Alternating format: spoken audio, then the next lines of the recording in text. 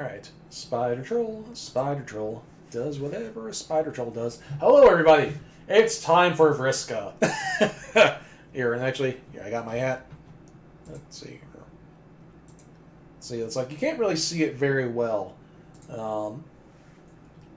You know, just because I'm sitting so far away from the camera, but I got my... But I've had these for a while, and I've been wearing them for all of the, these, Pesterquest streams. So I got my... So it's like, it's basically the Lalonde Merriam family from the epilogues, really, from the Candy Route. Whew, anyway, let's do this. It's the time. Interesting. Your latest narrative jaunt has you walking down... We're just jumping straight into these. This is interesting how we're almost starting in medias res with this route and with Gamgee's route. Your latest narrative jaunt has you walking down an Alturdian shore. The two moons light up this beach cove in shades of pink and lime green, their reflections playing at shimmering patterns in the gentle waves. It would be beautiful if not for the haggard, monstrous gulls picking the flesh from dead and pungently rotting fish, crabs, and even one of their own. You keep your distance as they eye you warily, gore on their chipped beaks. These are not potential friends. Everywhere. Oh, whoops. I forgot my screen. Okay. There we go.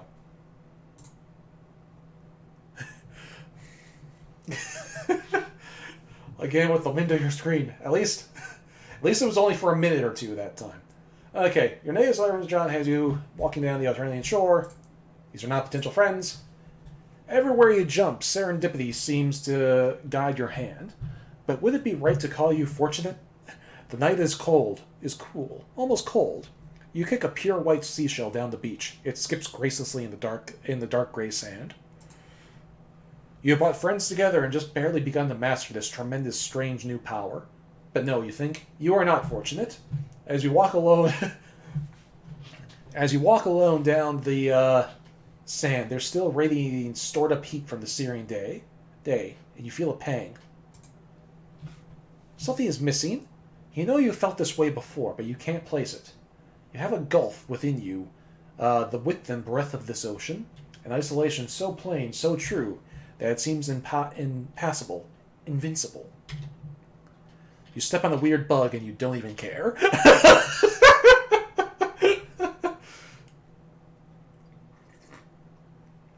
That's a cute callback.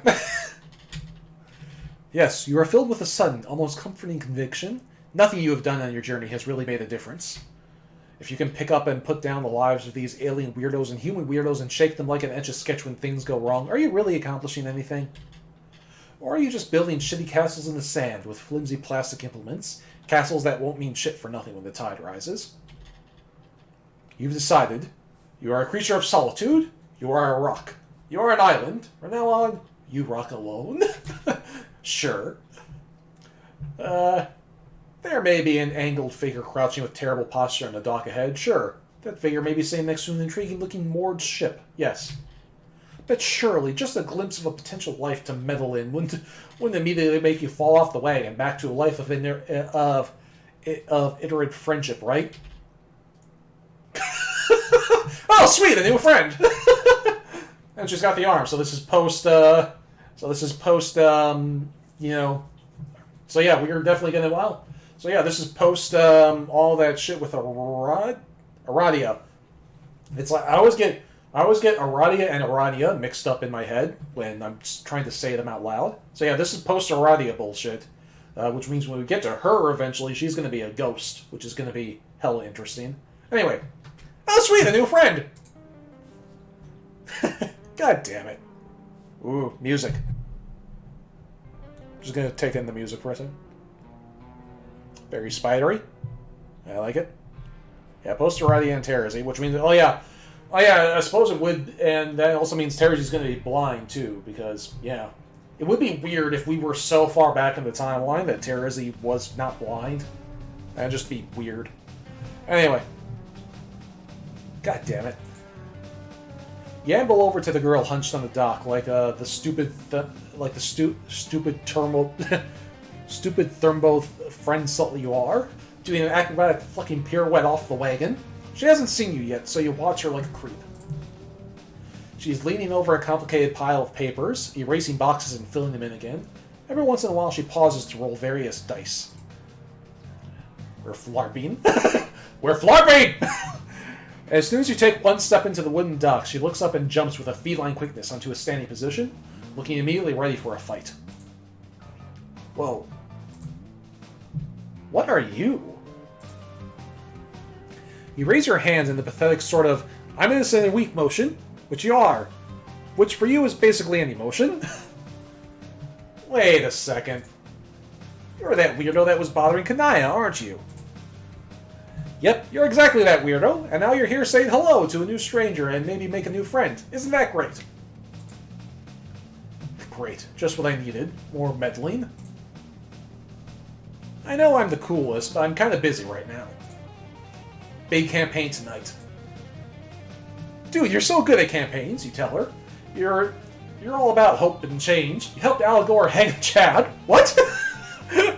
Tippecanoe and Taylor too. What even the fuck are you saying? Don't call me dude, or anything else for that matter. You mean you're down to help? Maybe be her campaign manager? Ha! I'm the captain here, buddy. But as it happens, I'm currently all out of first mates. Want to be a swabby? Oh, it's like a boat thing. Yes? So that's why there's a boat here. Oh, it's a boat thing. Well, that's why there's a boat here. So, putting everything together. That's what MSPA reader is good at. Just putting the pieces all together.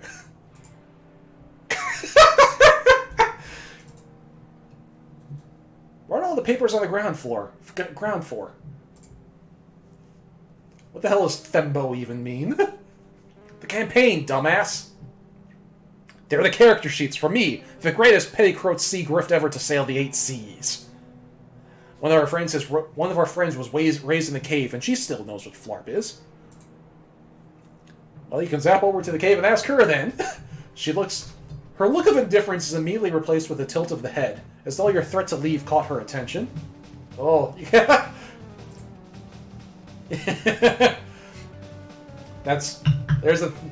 I like that.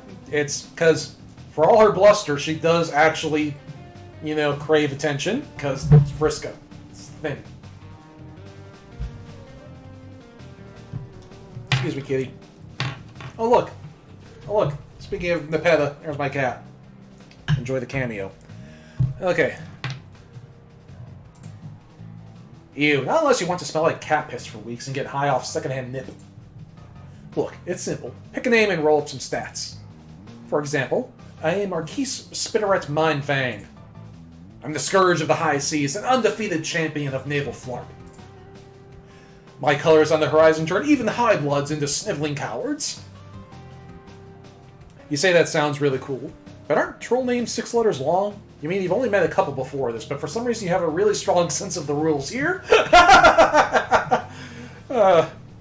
The coloration on the arm is kind of interesting. It's like Vriska's arm, and only her arm is drawn in like a noir art style. I'm in character here. Try to keep up. I guess that explains the outfit. She seems really into this? Maybe weirdly into this. It's all a bit intense. Isn't this just a game? Flarp is more than just a game. And I'm the best there is. How about it? If you agree to make a character and sail with me, I'll tell you my real name. By the way, I just noticed that, the Marquise is the name on the thing now. That's cute. You look at her elaborate costume over at her ship and decide, why the hell now? You've already made your friend bed, now you have to sleep in it? Not that you're going to sleep or anything. That would be pretty ridiculous. That would be patiently ridiculous. Oh, man. It must be... Oh, himbo. Okay. That's what that... Okay, himbo. Is it like the opposite of bimbo? Okay, that's what that is. Komaeda pose. Yep. When it comes to FARPing, I think you will find that I am simply the best there is. Okay, let's walk you through this. You should be flattered that a master gamer like me is giving you the full tutorial. I had to read the books myself, with no help! Oh my god. The stat pad is the first and most important of the flat... Oh god.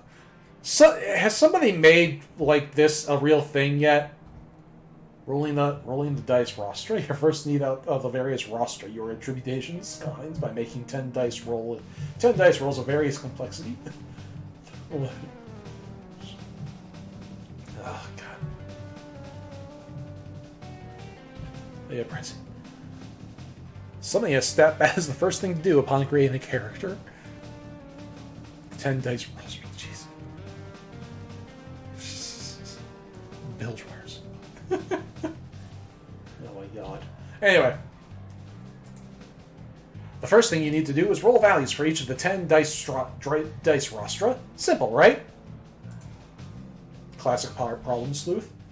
She pops a huge bag of dice out of her Silodex and starts handing you groups at a time. You roll 2d4 for a dice rostrum, Throne of the Empress, and get 2 1s. You roll 66 for a dice rostrum, Conductor's Stand, and 6 fucking snake eyes stare up you from the wood of the dock. Wow, you're really bad at this. Take the insult lane now. There's only one option. There's only one way to deal with Vriska, and that's to take the insult lane down. You gotta hand it to her. When she's right, she's right. And she's right. So she's right. You finished all 26 dice rolls required for this game, and you've gotten the lowest for each one. What rotten luck. She ganked our luck. Yeah, goddamn right she did. I've never seen anyone roll this low before. I didn't even know you could get a 0. It's okay. We can save this by putting the stats in the right place. Okay. She flips to another page of the player's handbook and shows you the attributes of FLARP. For some reason you can read them, despite just arriving on this planet for the first time. Right, for the first time. She flips to another page of the player's handbook and shows you that you just arrived for the first time. Oh, right? Oh. The pop-up surprised me the way that did that. Right? So your Vim, Grit, Pulchritude, and Grace combine with real-life vitals to make up your HP. Wait, real-life vitals? Your body is weak and shitty. Is this some kind of hardcore game? The most dangerous game? If you die in the game, do you die in real life? Yeah? You didn't know? Oh, lordy. Yep. The sheer combined shock of what you don't know could kill an elephant quicker than Thomas Edison trying to discredit an immigrant.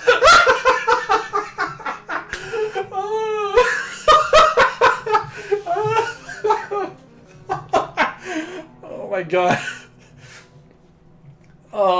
That is a fantastic reference. Oh my god.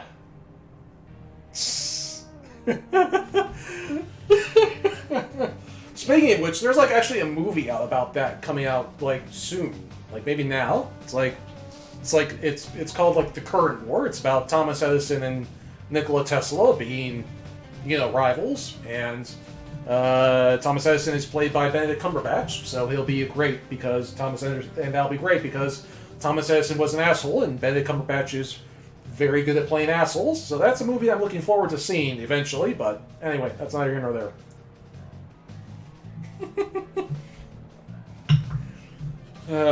The shock of what you don't know could kill an elephant quicker than Thomas Edison trying to discredit an immigrant. Oh. You get to roll again when you level up, so you won't be so pathetic forever. I mean, if you survive. But with a scourge like me at your side, you're on easy street. I'm jealous of you, really. You gulp and nod. Okay, let's finish this. The Marquise grins. Her lipstick smears a bit where her fangs jut out. You think that's just how it is for trolls wearing lipstick, but Kanai's was you think that was just how it is for trolls wearing lipstick, but Kanai's was perfect. She pulls an 8-ball out of her pocket and slams it, and smashes it suddenly and violently on the dock. You jump at the noise. She looks at you pitifully and then decides not to make fun of you. Out of the wrecked plastic sophistic sphere, a gross fucking grubby worm appears. It's like the size of a wiener dog, and in its wriggling you can see that it's pulsating. Covered in the blue-tinted family recreation water once inside the 8-ball, the grub's swollen over posture glistens. It extends to deposit a massive brood of eggs, each glowing in the center with a slowly pulsating LED light. This is so fucking gross. You look away and dry heave a bit, leaning off the dock. So far, this game sucks ass. Decides not to make fun of you for it. Who are you and what have you done with Vriska? She's saving it up. She's saving it up. Chat. It's like she's got to let a few balls go just to make things interesting. Jag. Don't tell me you've never seen a game grub before. You tell her you have never seen a game grub before. Also, maybe you should give a CW before she makes you watch a thing that includes a glistening ovipositor. What? Ah, shit. Yeah, that was pretty gross. Here. You bring up the pause menu, click on warnings, and give it a read before making an informed decision. Have those been here the whole time? Vriska taps her foot impatiently while you flick around in the game client. For some reason, seeing a full list of content warnings isn't easing your anxiety about what's ahead. It reminds you of something that once made you really angry. In fact, you're especially worried about the gore and death tags. Maybe you should just peace out of this. There's basically no harm whatsoever in you yeeting out of this one, and it might save you a drowning for good measure. That sounds like foreshadowing. Not that flirtation with dangerous ends is exactly rare for you.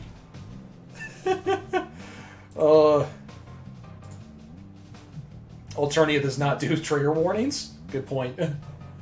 Yeah, sure, whatever, fine. I didn't want to hang out with Vriska anyway.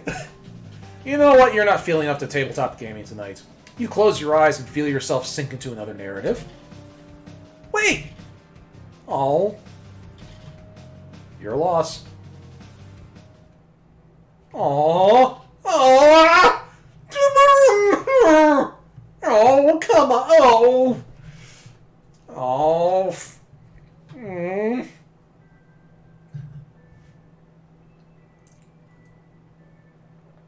Made Vriska feel bad. Just wanted to...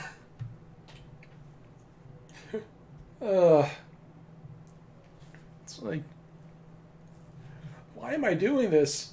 I just want to be your friend. It's another thing. It's like, if you've seen the Steven Universe movie, Spinell occasionally reminds me of Vriska a little bit. Especially because, like, there's one bit in the movie where she says "can it," which is, like, one of Vriska's stock phrases, kind of. Worse than he made Vriska feel bad. Vriska just wants friends, but she's a sociopath, and so it's hard for her. It's hard, and nobody understands, except me, because that's my curse, apparently, is to understand Vriska.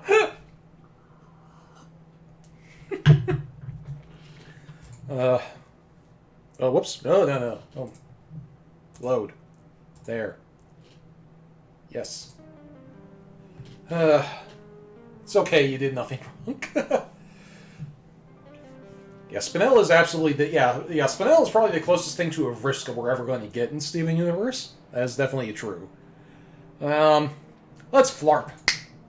You know what? You're an informed reader with a prepared gamer. You've got this. You ask Vriska what's next.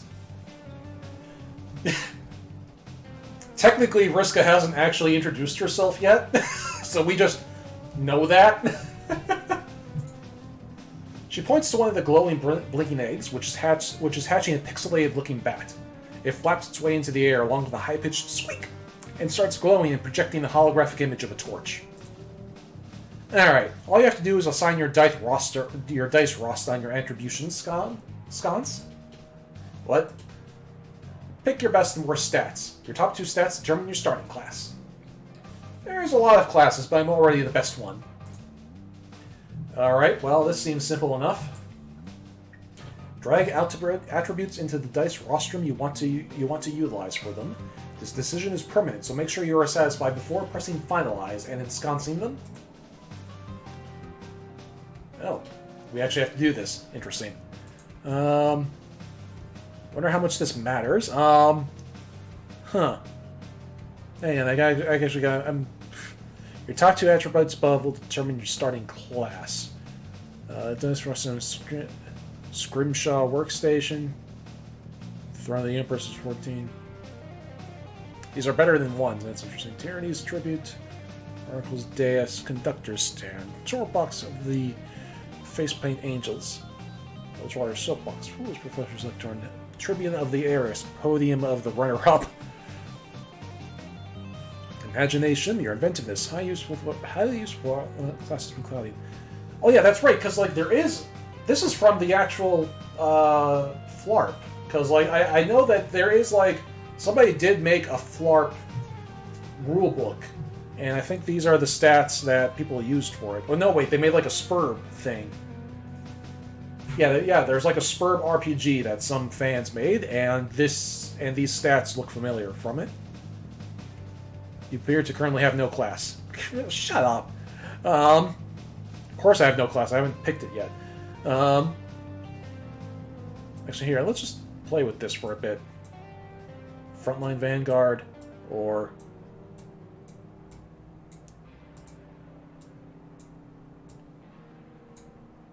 Unstoppable... Oh god, I could spend an hour with this, looking at all the different combinations. What's random? Real Humdinger.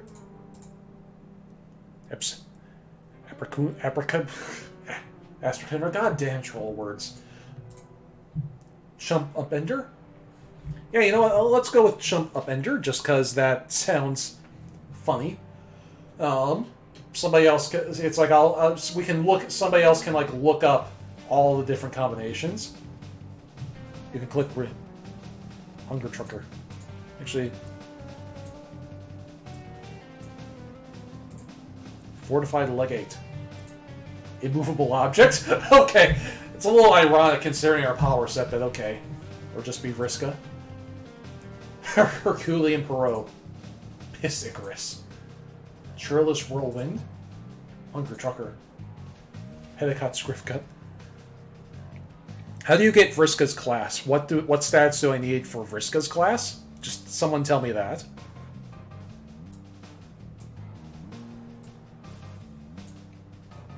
No. That's... You had it. Oh, dang it. Petticoat 1. Yeah, but like I wasn't paying attention to the stats, so I can't get it back. Large bar for sure. Appetite and imagination. Oh, that makes sense. Now that's a boy Skylark. There's imagination and appetite. No.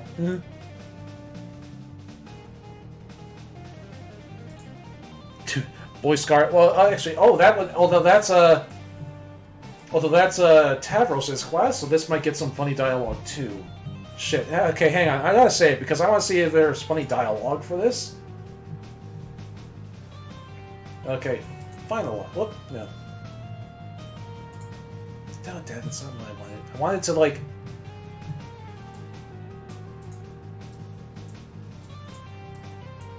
Ugh, damn.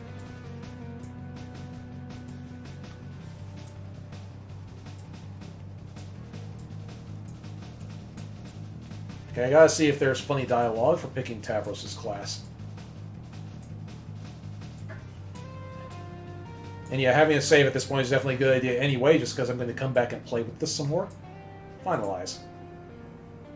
Your 2 highest attributes are App and Imagination. Your starting class will be Boy Skylark. Oh my god. Oh no, there is custom dialogue for all of these choices. Oh no! Oh my god, we're going to be here all night! Oh my god, oh my god, you dopey big potential types are all the same. Good luck winning anything with that pathetic class. Max level Paycroat Sea Lift and level 1 Boy Skylark. Not exactly the meta strat. You're lucky you're paired with it.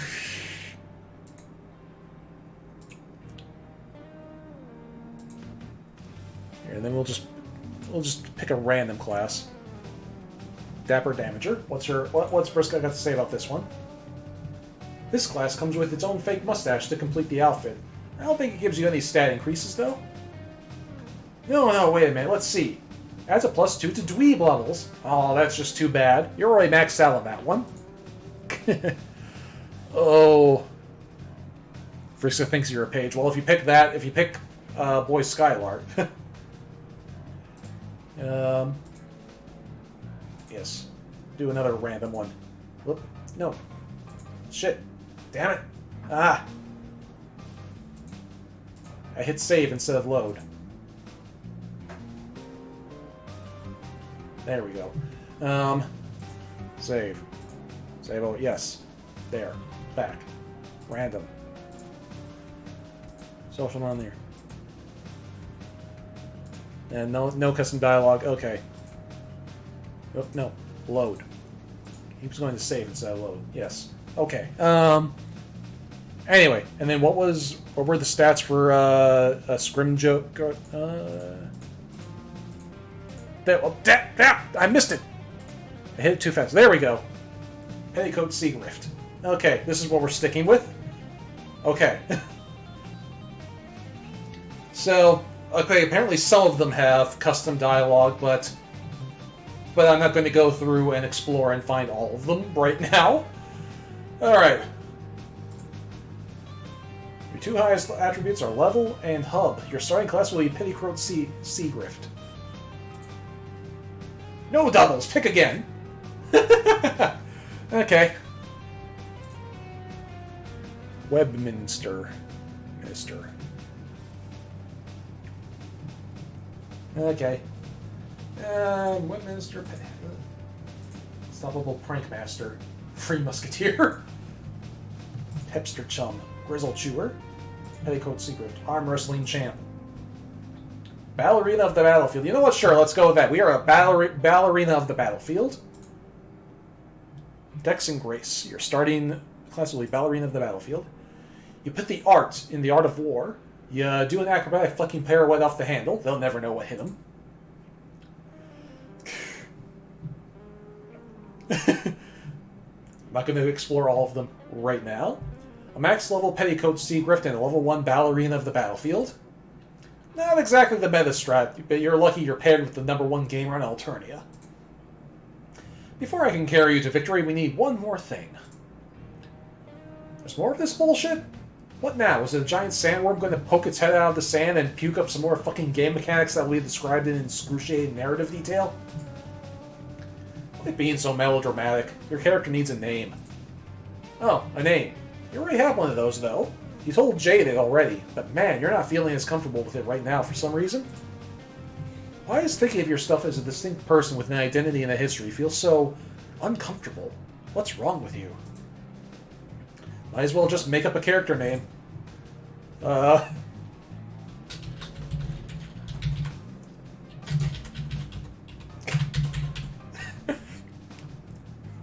Was there any... Was there ever any doubt? Although, actually... Oh, but Vriska's a good...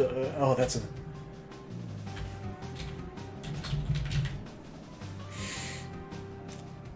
Oh, okay, yeah, save here too, because... Oh, dear. And again, technically we don't know Vriska's name yet, so it would be...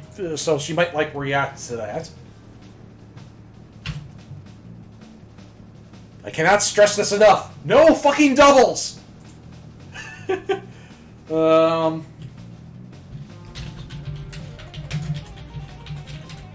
This is totally going to be a... If this does not get flavor text, I'm going to be severe. I'm writing a sternly if this does not give if this does not have any flavor text, I'm writing a sternly worded tweet to Trace Excalibur.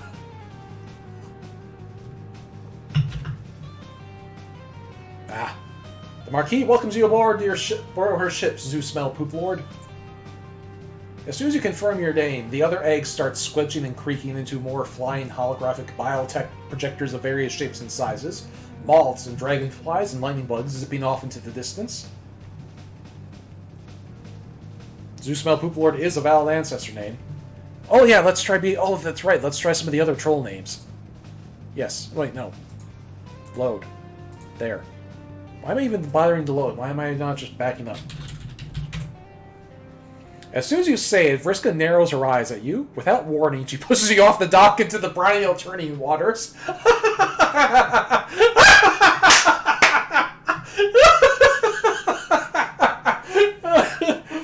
Best game over ever!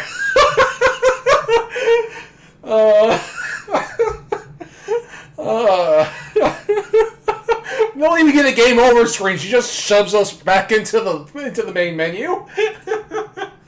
Alright, Aradia. Nope.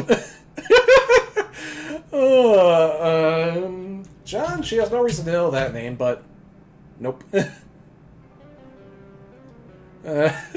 Do not annoy the Marquis. Yeah, what are some other unique ones? Don't tell me what happens, just, oh yeah. Oh yeah, Tavros. Forgot. Is Sans under... No, you gotta pick a name less wimpy than that.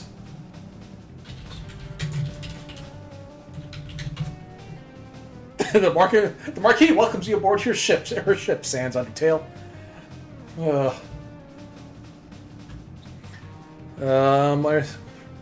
Eridan? Can you be a little more creative? Jeez. I love that so far Terrazine,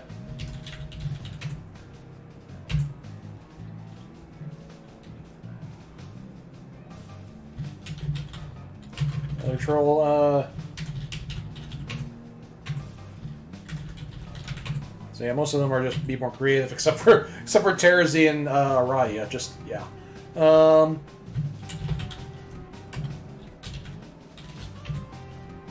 of a weird name for a character, but it fits you. Oh, that's interesting.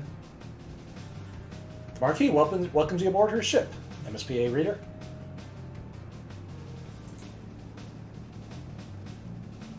Interesting. Oh, Scratch. That might be a good one.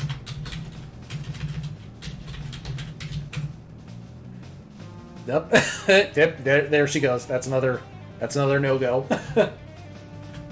We did Tavros already. She just said that was too wimpy. Scratch got us kicked off the dock again, but I did not go through with it because, yeah. Let's see. What are some other fun ones? I don't know. What are some other ones I might get? Oh wait, she's just gonna tell us no doubles. Yep. Okay, let's go. Yeah, let's just. Yeah, we Oh, Andrew Hussey, of course.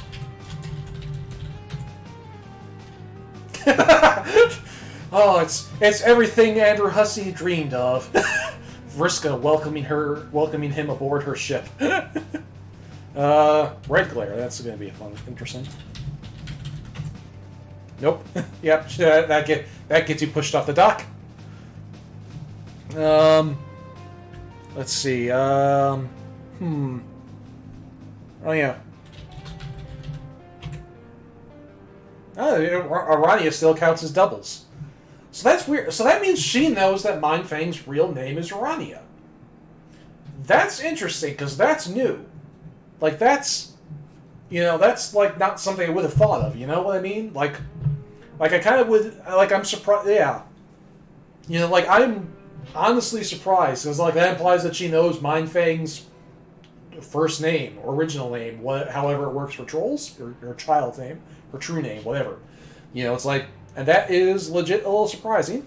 But anyway, that is, I think, as much as I'm going to play with this now, because I've already been doing it for like 10 fucking minutes. MSPA reader.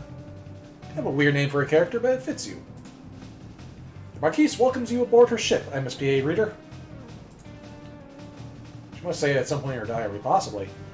As soon as you confirm your name, the other eggs start squelching and cracking into more little flying holographic biotech projectors of various shapes and sizes.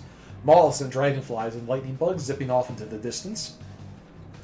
Vriska capsulogs all of her various books and character sheets, pushing her eye patch glasses up the bridge of her nose, and clambers up the gangplank of her ship, which you see has a name painted on the side in the cerulean script as you follow her. Brigantine? That's a good name. I like it. Here, hold this. Vriska hands you a rope and you hold on to it, keeping the mainsail rolled up as she scurries to and fro, aft and bow, across the deck of the ship, making adjustments. You watch her try to tie a double bow line, but struggle with the dexterity of her mechanical fingers, swearing in frustration under her breath. You politely look away and try to make idle conversation. You ask for her end of the bargain. What? Her name. You made the character. She tells you her name. That's the deal. She secures another wing and stomps back over to you. You haven't really made the character until you're in costume. Is your fit not already fresh? Perhaps not the freshest? The fucking... See, this is the thing, is that, like, I don't try to emulate Vriska on purpose, it just happens. Here. She dumps an extra outfit out of her inventory, looking almost exactly like an earlier version of hers, smaller, with more amateur stitching. You put on the big bridge coat and feel super badass. She looks at you, tilts her head to evaluate, and then grabs a jaunty hat, feather and all, from her Sildex and pops it on your head. Nice. Alright, my name's Vriska. Vriska Serket. Don't you forget it. Wouldn't dream of it.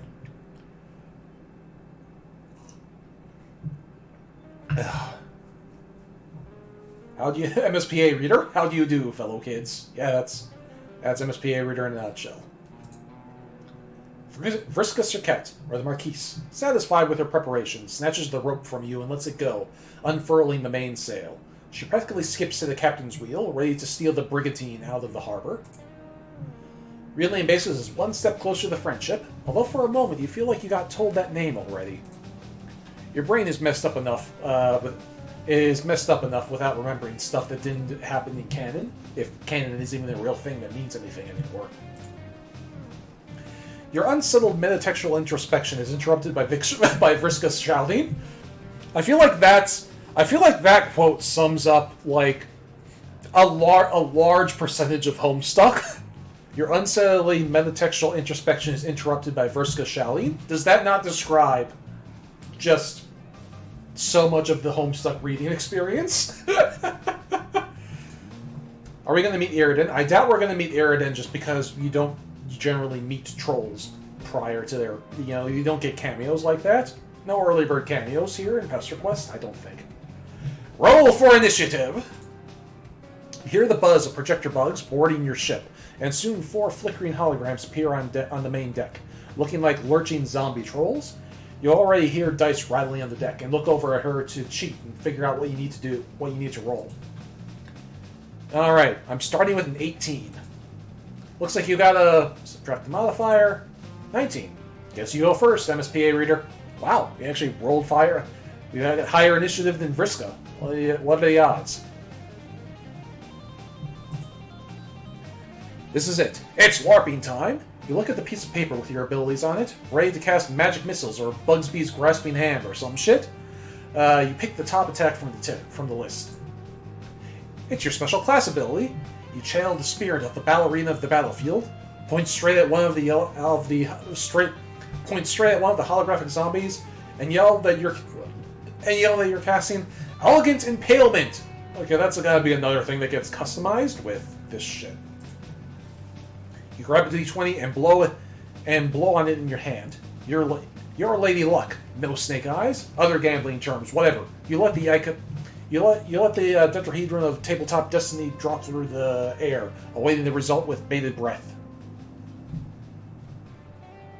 We're Pearl. Yeah, we are Pearl.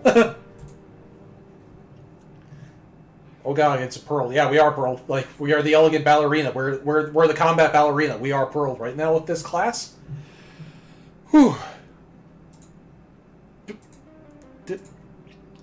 You got a 2 and a miss. God damn it.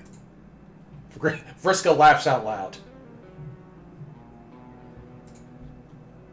Check out how a real gamer does it. Then she shows you how a real gamer does it. Over the course of this and the next 4 holographic encounters of ballooning complexity, tediousness, difficulty, and word counts, she just rolls so many goddamn dice and keeps track of so many goddamn stats. You're overwhelmed, bewildered, and tired of doing math in pencil by the time the last squid-themed hollow monster dies. You were worried about the danger of this game before, but it seems like the only way you're going to die today is from fucking boredom. Then you spot it. A schooner, painted all in black, emerges from the fog. You shout to Vriska that there's a ship on the port horizon. Vriska looks right. Does she not know the difference between port and starboard? You point in the proper direction, and she gives you that mischievous grin of hers. I do love that, because, like, I do love that. That was a thing in Homestuck, too, where Vriska doesn't actually know that much about sailing. like, remember there was that whole conversation where she was surprised that she accidentally gave Mina a rank that outranked her. Now it's time for the real action. We've entered the PvP-enabled zone.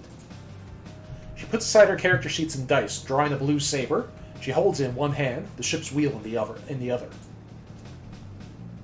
That's the Rue, the ship of Dreadclaw Ophelia. Top of the naval flark leaderboards. She's got a whole crew on that boat.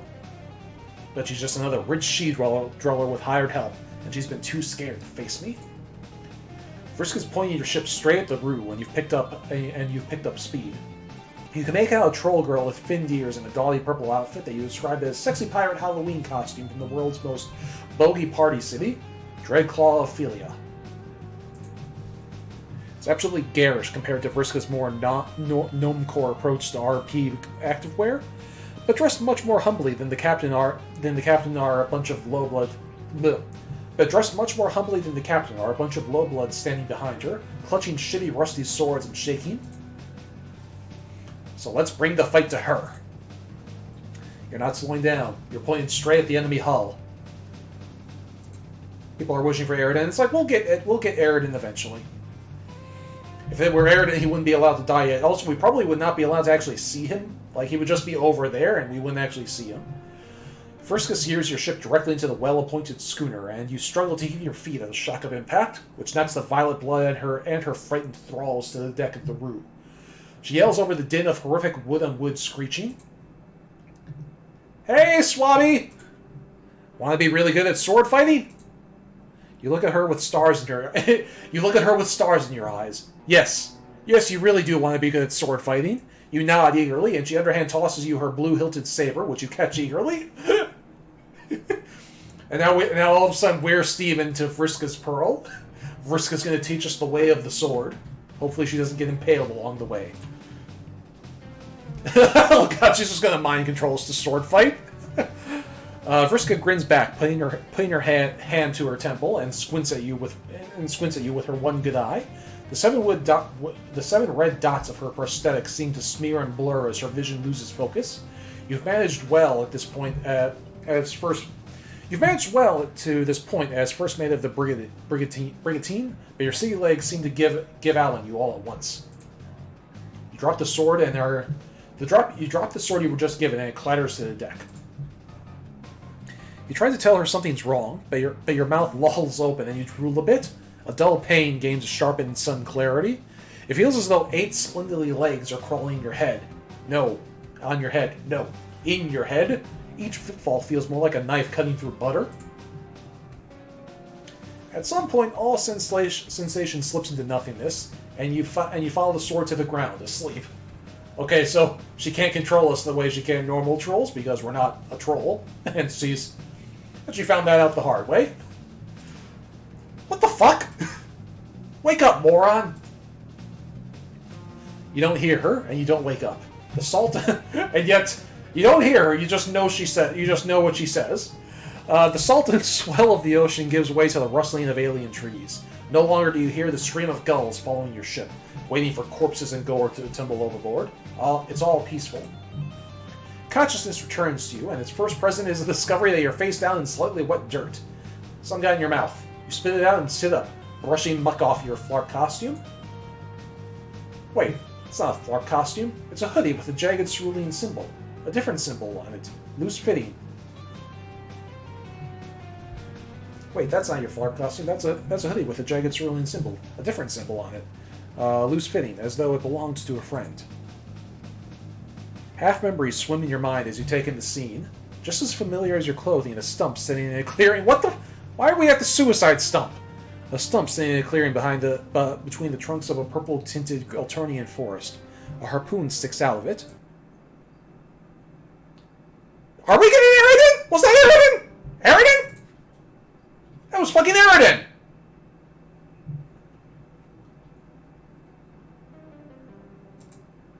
What the fuck?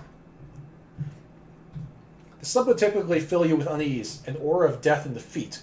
But a squirrely silhouette cuts through the darkness, and you step further into the clearing and feel your heart lift. Oh! Not Aridin! It's... What? Huh? What? Ah! Hey! Huh? Sitting there on his stump, kicking bare feet back and forth, tilting your head to the side and smiling impishly is your friend, Boldir Lamati. Okay. Not Aridin. Better than Aridin, I gotta say. I mean, like, to be fair, as a black silhouette, she did look a lot like Aridin. Like, you gotta give me that. You remember her. You remember her! Fancy seeing you here. That's a joke. I'm a figment of your imagination and was expecting you the whole time. Hero of heart! She's not here, but she's here enough. Oh yeah, this is like... Oh! This is... She's a Brain Ghost Splinter! So it's like what Dirk does with Jake all the time. Brain Ghost Boulder. That's a joke. I'm a figment of your imagination, as was expecting you the whole time. She pats the stump next to her in an inviting gesture, and you wait and you sit down. You feel less adrift than you can ever remember. Brain Ghost Boulder. You tell her you missed her. Of course you did. You've gotten yourself in a real mess, dear friend. You ask all about your old friends. Sitting next to you, they flip through your mind clear as day, as though the memories were never locked away in the first place. Yeah, she's hard.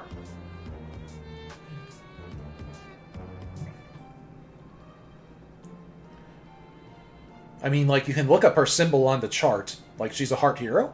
How are Tagora and Galek doing?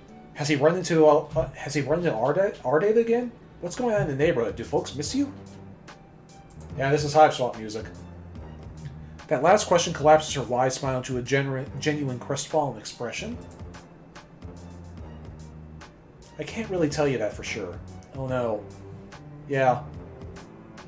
It's like, do the folks miss you? It's like, and what? Does the neighborhood even exist anymore? That's another question. You've seen it for yourself, just how much he can do. There's a whole other disturbance in this neighborhood, and it has his nefarious fingerprints all over it. Doc Scratch is fucking shit up again. It's almost like he was preparing for this. But I try to stay one step ahead, and I remember what I'm fighting for. Do you? The question is arresting. What are you doing? Even with your memory clouded, you've just been bumbling into other people's stories, breaking things as you go. Well, there's nothing wrong with breaking things. It's like they say. Sometimes you have to compromise a few unfertilized cluck beast embryos in the name of a complete breakfast. You tell her you haven't had a good breakfast in ages. One of the places you were at had swords in the fridge. Also, you have absolutely no idea what you're doing. You're going where the river takes you. But things are different now. There's a great power within you that you are just now realizing. The power to shape the river, to use its waters to scour the lands as you please. A power even he doesn't fully understand. You look down at your hands. Sitting next to her, you start to remember the green room, the story you've fallen into. You tell her that there's so much broken, you have no idea how to fix it. You tell her you wish it was real, not in your head. She'd know what to do. She tilts her head again, inquisitively. Am I, though? Just in your head, I mean. The story is only broken if you accept that it is broken. If you think of the story as something given to you. But it's not. Puppet masters may try to tell you that the strings they are pulling are the only ones. As she says this, her head jerks back oddly, but she continues whispering, calm as ever. Don't be afraid. Don't let anyone tell you that the story belongs to them. Not him, not anyone. You feel it too. It feels like threads tug at your body, and at hers even more. Her limbs twitch and pull in gruesome and pantomime as more and more strings loop around her and disappear skyward. They nearly surround her completely, but you are powerless to resist. Paralyzed? It's for you. It's always been for you. Remember, friend, the only question. She only manages to spit out 4 more words as she is swallowed up and tangled in a spider's web of marionette string, choked and broken. What will you do? The whole scene seems to melt away in a searing green, and you are falling, dancing beneath the skilled hands controlling you. He is here. He was already. The ticking of 1,000 clocks, exactly in time, echoes around you. What are you doing here? Bring me back to Vriska, goddammit! I seem to be on your mind. I'm flattered. It's no wonder you're thinking about me just after meeting one of my greatest disappointments. You really do spend too much time around willful little girls. It may start to give you ideas. Ideas of choice, of challenge. You're relevant because those holding the strings decided you're relevant, an observer. The show must go on, but don't make the mistake those little ingrates did. It can go on without you. The bits that really matter, at least. What's that? Am I doing this? I'm afraid not, darling. I don't even know what you're referring. Tears sear at the edge of your eyes again. You try to keep Boulder's words in your mind as the strings squeeze the breath out of you. What will you do? Another voice seems to answer, from another place entirely, scratchy and loud. It says, "Fix this." You wake up. Stone cold and the draft greets you. Charming. You blearily open your eyes, memories of the dream already fading to wisps in your mind. You're in the cluttered bedroom, or the cluttered respite block, that you're sure is Vriska's based on the broken 8 balls scattered everywhere. You pick yourself up off the ground and try to think about how you got here. You passed out back on the brigantine. She must have brought you home, but where is she? You turn around and see a window. You look outside and see a dramatic scene below. Vriska is mind-controlling a group of thralls. One she must have won off of Dreadclaw while you were out cold. They're marching one by one towards a massive web. Perched in the web is a giant spider, heaving, hulking, hungry. Vriska's about to feed the losers of this game to her Lucius. Hey, we're finally getting to a choice. Interesting.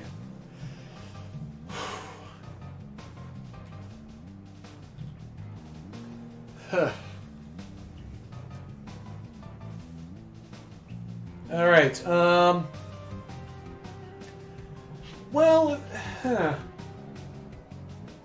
see, I'm not sure which way was going to get the good ending, but both of these are going to be fascinating to watch because one is going to involve us getting all up in Vriska's grill with the giant spider, and the other one is going to us just waiting for Vriska to come back and then talking to her.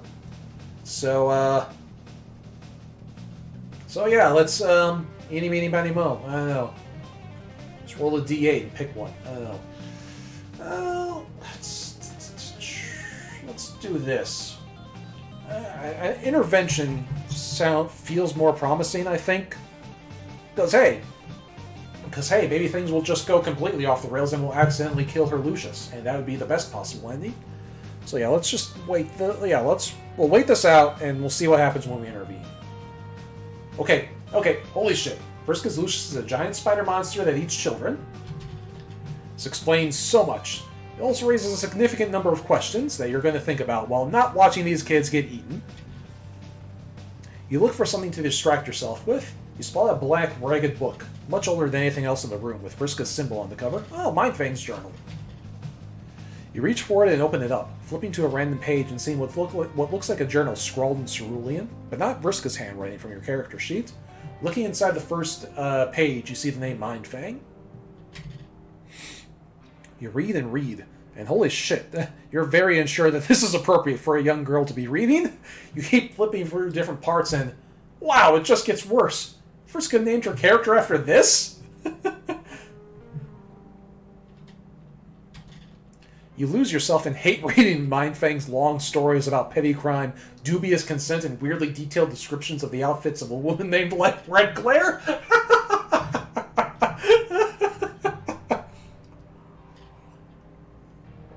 I guess even Mindfang had a thing with Red Glare. Oh. You're surprised then when Vriska walks up the stairs, hands in her pockets, looking at the ground. Yeah. She doesn't even look at you before sitting down on the floor across from you, cross-legged and staring 1,000 yards into the distance. She rocks back and forth, hands still in her pockets. As soon as you give her a reassuring pat on the back, as soon as you touch her metal shoulder, cold even through her shirt, she turns to you with a wretched glare. She turns to you with a jumping glare and hisses like a cat before facing away again. You get the message. She takes an 8-ball out of her inventory again and then savagely, brutally beats on the stone floor of her room until it's nothing but shards in a puddle. Then the two of you sit. She occasionally picks through the debris of the 8-ball and rocks, clenching and unclenching her fists. But as the minutes pass, her breathing slows bit by bit. You don't say a word or bring up what happened. She's the one who talks first.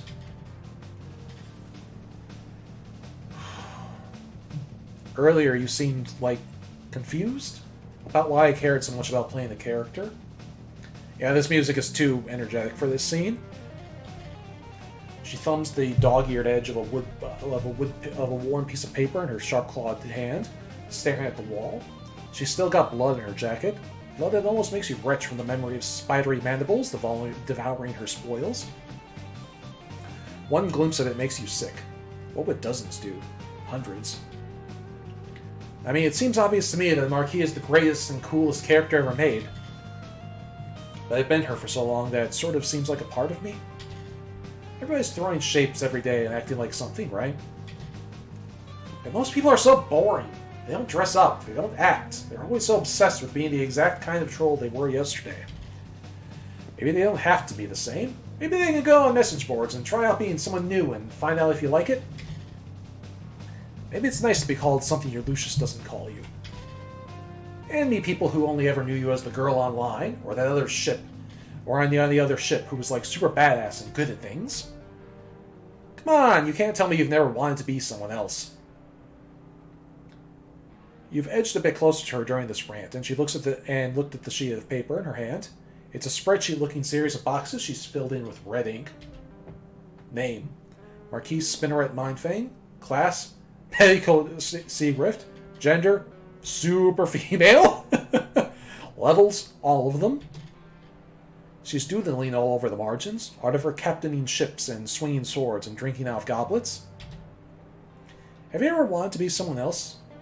The question makes you uncomfortable. Just pondering who you are now fills you with unease. Fuck playing a character, filling out a sheet like this for yourself seems impossible. A piece of paper representing all of your physical and mental attributes, a blank canvas, the common outlines there and defining the boundaries of every conceivable personality. You don't even know how you'd fill in the gender box. You've been so busy making friends. You've been busy making friends, okay? Suddenly she turns on you, and there's a desperate kind of crazy intensity in her good eye, like her gaze will burn you. You're going to leave, aren't you? She really is Spinel, or Spinel really is Vriska.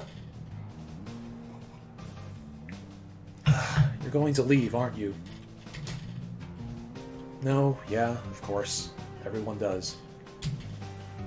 You think I like this? I used to have a partner. She didn't like it either, but she helped anyway. You missed an 8 there. Somebody fix that. Like you, I guess. Except she didn't puke when she saw blood. It's also not like you, and also not like you at all. She made rules. She loves rules. I don't know if you know this, but I'm not like big on those. Gambit Legion's queens broke rules all the time, and that's just what you gotta do to survive. To make the voice stop haranguing me, and like, she heard her Lucius in her head too, but she doesn't need anything from her. What's that even like? I've got to be the best. I have to. I didn't get all these levels just to look at them on the paper. You saw me out there. It's dangerous. She tried to kill me and left me alone. And then I got even, because that's what you do when you do to backstabbers. But I still don't feel even. It doesn't bother her. Nobody ever cares. They just leave and move on, and I'm still stuck here in this stupid world. How are people mad at me for putting losers out of their fucking misery? This planet fucking sucks. Ooh boy, that's a lot. That's a lot. You let her finish her tirade. She hasn't looked straight at you for the whole thing. You gently ask about how her Moirail, who you did just befriend, would feel about her saying she's alone. You see a lot of thoughts flicker through her head. A lot of expressions dance across her face. She settles into one look she's smelling something off. She settles into a look like she's smelling something off. People always want shit from other people. Sometimes you know somebody and you can't describe, like, what your whole deal is. You grow up with these ideas about what you're supposed to do, how you're supposed to be. You get handed down these strict categories, tables in your player's handbook. And you read stories or journals or whatever they say, this is a mate sprite. You feel like this about them. And you have a Moirail that meddles with you because you're just too broken for her and she just wants.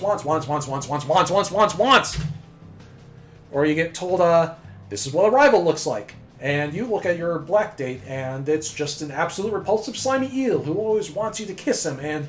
Ew? Man, I could really upgrade in that department. But then there's someone who comes along and none of that stuff makes sense to you. You just like being with her. Or it's not even like you just feel like shit or you just feel like shit makes sense with her. I would say it's like you have this voice in your head saying you're not good enough all the time, but she makes it quiet. And she makes it quiet. But I actually do have a voice in my head saying I'm not good enough. Yeah, I'm not explaining this right. What I'm trying to say is... Yeah, that's a doomsday device. Everyone leaves, nobody cares, we're all waiting on a call up to war, and look, I'm ready. I'm the best at war, it's just a big flarp. But I'd rather have a plan... Is that supposed to be a plan A or a plan B? I honestly... Because with Vriska it could be either. You give Vriska a moment to breathe. You don't give her a reassuring touch on the back, remembering her jump and hiss when you tried that last. She's like a feral cat, this girl. Tangled, greasy hair drooping over her shoulders that are always hunched up, like something would come for her throat if she exposed it to anyone. You wonder if she's ever let her shoulders down around the girl she's talking about? An ex, perhaps? Of course she did. You wonder if she ever will again. You hear a psst in your ear and a squirrely little laugh, and suddenly remember a green room and you've had this thought before somehow. Good going, Boulder. You ask her the question that's been consuming you, or more accurately, not consuming you. Why were you left up here when everyone else got fed to the spider? She tenses up immediately when you ask this, and takes some time to clench her fists, then release them. Some people are off limits. She has to eat, but she doesn't eat my friends when they bring her enough food. And you're counted as off limits? You're one of her friends? Oh my god, don't get a big head about it. I won't let her eat Karkat either, and he's not like my best sees for life or anything. Plus, you helped me out, and that's the pirate code. Plus, Fussy Fangs would be mad. Must be hard separating trolls into two classes, friends and food like that. It must be hard and nobody understands. I mean, that's how it works here. Everybody's got someone to kick down on. Except Rustbloods, but them's the breaks. Everybody's got to be at the bottom. Somebody's got to be at the bottom to keep the whole shebang afloat. Killing people lower than you is what all the school feeds say you're supposed to do. To get ready for a life of space war against. Well, it mostly seems like they just kill more lowbloods. That's all it ever is. My ancestor. She looks left and right as though she's going to be overheard, and then leans in smirkingly. She sounds like she's letting you in on a secret. Or a secret. My ancestor, Mind Fang. She sailed around being the terror of the high seas for a while, but she fell in with a group that was going to do something about all that. A bunch of weirdos led by a mutant who wanted revolution. Always wanted to be like her. I liked using her name more than my own for a while. Dressing up like her, learning to sail. I always end up back here with a pile of corpses.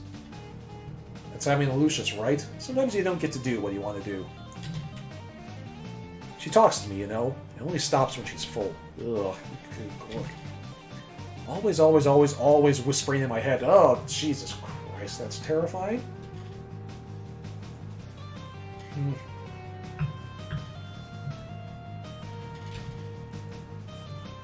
Saying I was fatter than her, saying I deserved all the things that happened to me. Now, it's like...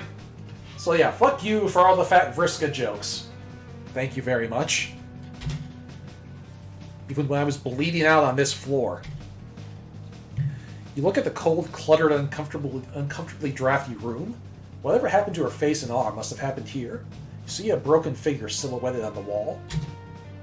You look back at Vriska and you know what she is. For all the bombast, insults, killing, you're looking at a survivor. You're looking at someone who did nothing wrong. You remember Dave's carefully crafted defense of a persona. You remember Rose eating oatmeal for dinner in a drafty brutalist mansion. Jade in the shadow of the volcano raising herself. Your world can be as brutal as this one. Earth makes survivors too, and you have made a difference for them, one at a time. All of that nihilistic bullshit earlier feels like it was shouted at you by some meddling voice, someone holding the strings. Fuck that. You're going to be a goddamn hero today. You're going to make friends with this whole fucking planet if you have to, and you're going to make it better, or at least make it less of a complete dumpster. Complete dumpster, valid ancestor name.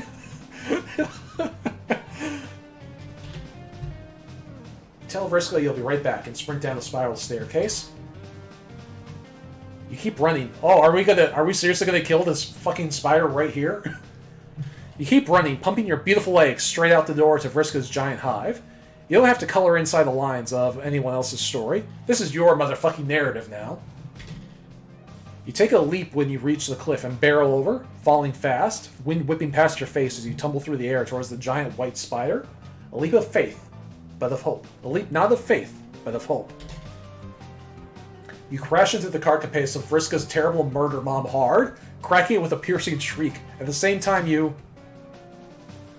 zap hundreds of feet above the mouth of the volcano of Jade's Island and kick off the back of the spider, leaving the giant troll gorge directly tumbling into the lava. And as you zap back to Alternia, back to Vriska's respite block. Hot damn! That is... Whoa!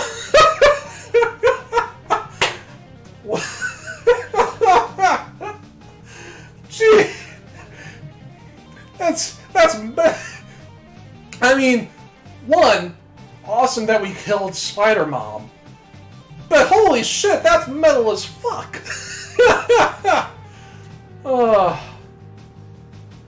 You appear behind her. She doesn't notice you. She's looking out her window down at the empty wed with a shocked expression. Still looking out the window, her stunned silence turns slowly into a grin. Someone less generous than you would describe as shit-eating. Holy shit, MSPA reader! It actually did something! Hell fucking yes! Oh.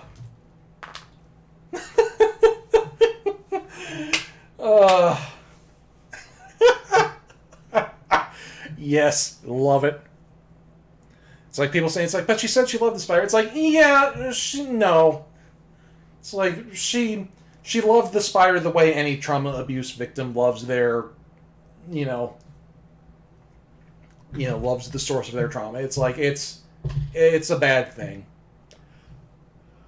So that's how that went. So the other path is probably going to get either us or Vriska or both eaten by the giant spider. So we'll just have to see how that goes.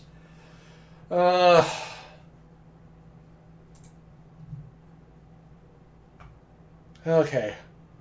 Alright. Still coming down from that high for a second. Alright.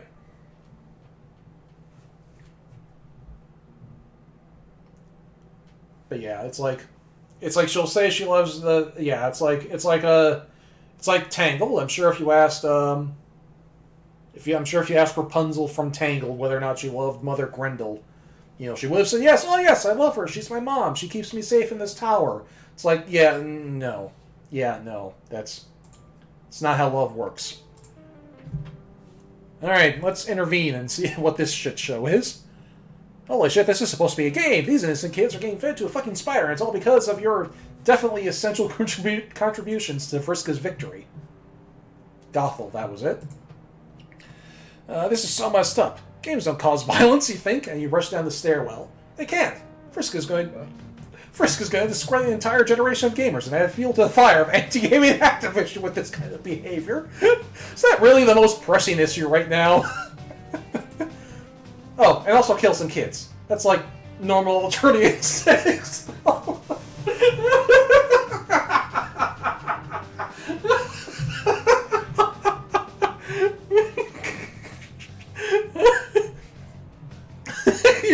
You've got to defend the integrity of Fortnite.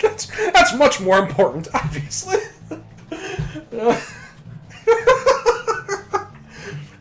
It's normal alternative instincts, though. See, like, this is another... That's another thing that, like... like, the thing of, like, alternative instincts, that is another thing that, like... Like, some people have problems separating Vriska from that. The fact that Alternia is a shithole where you pretty much have to murder people. Like, yeah. And so, like, yeah, it's like, Vriska's doing the best that she can with what she's got, because this is Alternia we're talking about. You rush down into the late night air, too late to save a tranquilized, mind-controlled olive blood from being torn asunder. Vriska's Lucius holds the troll boy in her forelegs, pediplates tearing through their clothing, and Cheshire tearing into gray flesh, feeding a winding intestine into her mouth. You feel like you're going to yurts. You have no idea what you're doing, standing out here alone against a giant monster and this gaggle of mind-controlled thralls, but you gulp down some air and yell, "Stop!" Vriska turns to you, but she doesn't look like she's doing a lot better, frankly. She's got a similarly sick expression on her face, but something in her eyes is dead, resigned. Her expression crumples into a scowl. What the fuck are you doing? She squints her one eye in pain, like there's a voice screaming inside her head. I know, okay? I know! I'm dealing with it! She steps up towards you, and you see cerulean dice appear at one at a time between her fingers. The dice are sparkling with cold blue flame. You suddenly feel as though you're going to have a very, very bad... Oh my god. Cue Megalovania! You're gonna have a bad time. Sans stole her theme song, so Vriska is stealing his catchphrase. I love it. Okay, if Megalovania doesn't start... no Megalovania. Okay, so that's two things I need to write Trace Excalibur a tweet about. Megalovania needs to play right here. At this moment. First, you fall asleep on me like a weenie. I have to fight the last encounter all on my own. And she's stealing his blue flame thing as well, yeah? Then I carry you back to safety, even though we just met. You owe me. Turn around and go back. Now. You look up past her at the giant spider. The awful noise of squelching has stopped. 8 eyes are trained on you, blinking out of order. A splattered Pollock palette of multicolored blood is smeared all over her slavering face. There are 7 trolls still standing there beside her, mindless, mouths lolling. Next. You don't turn around. You don't go back. It's contagious! The typing quirk is contagious. You stand your ground, unarmed and without a plan. Surely your new friend will see how wrong this is. Vriska looks hurt for a moment, betrayed, but the same glare settles back on her face. It's like, oh. Like, well, yeah, of course she knows how wrong this is, fucking dumbass. You think you're a big hero stopping this dangerous bitch, right? Happy as a bivalve mollusk about your little protagonist moment? You're being stupid. You don't understand what's happening here?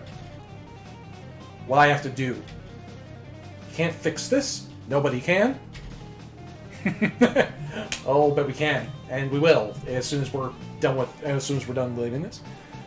So now you're just another little weenie who thinks they're a hero and I'm a villain. So sure, I'll play ball. I'll be exactly what you want. She tices the dice to the ground. Oh no. Baroness's restraint. The dice glow with a blue flame as they're tumbled to a stop. An ethereal whip materializes and snaps around your ankles, and you're dragged dizzily fast towards the spider's web. The friction of your ass on the rocky cliff face tears the butt off your flarp costume, exposing your delicate cheeks to chafing, your greatest asset. But things get far worse than that as you're flung directly into the clutches of the horrific arachnid. The fangs of Vriska's Lucius pierce your skin and pump you full of numbing venom that causes everything to fade to black in static numbness. Which is good, because she's beginning to eat you alive. It's also good because you can't see or hear a little girl stifle a sniffle, holding herself with crossed arms, one mechanical, and rocking back and forth, watching another friend consumed by this chaos that never leaves her. Oh. Great work, hero. You got Vord. Oh.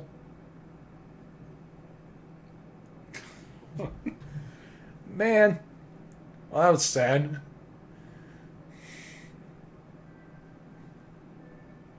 And there's the hats. All that's left.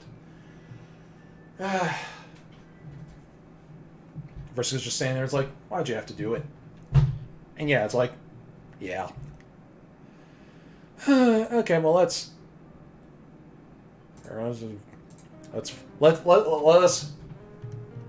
at the command of the likes of Terezi and Bolvar, let's fix this. Oh, too fast. Oh well. See, this is why I don't like.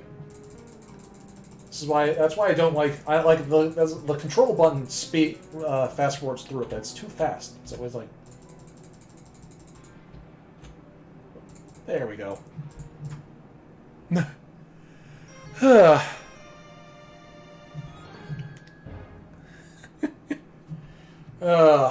So yeah, that was a whole lot of quality Vriska right there, plus some extra meta text stuff.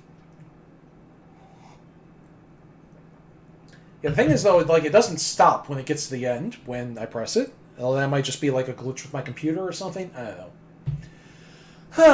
So yeah, that was great. A lot of good Vriska, a lot of good quality Gamzee too. To be fair to the first half of the video, like I mean, we got Gamzee written as Purple Bloods are currently being written, as opposed to the way he was written before, which is absolutely an improvement. We did check. Yeah, I did put in a lot of names. If like there are more fun. I don't know. And it's like I don't think we're gonna go back and play with that anymore tonight because, like, there might be some more fun class names to experience, but I don't know. And there are probably some other class names with custom dialogue, and somebody's just gonna have to search through them. So yeah, let's go to Chumroll now and look at the achievements for completing this stuff. Oh, there are a bunch of them actually. Okay, so. Oh yeah, we got 2 per.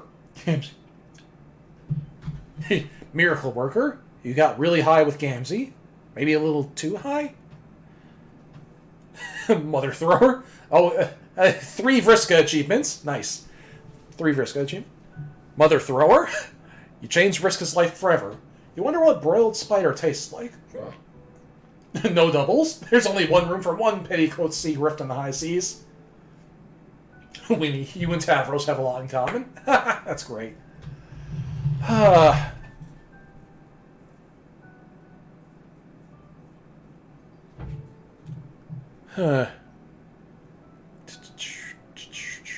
Alright. That was a great stuff.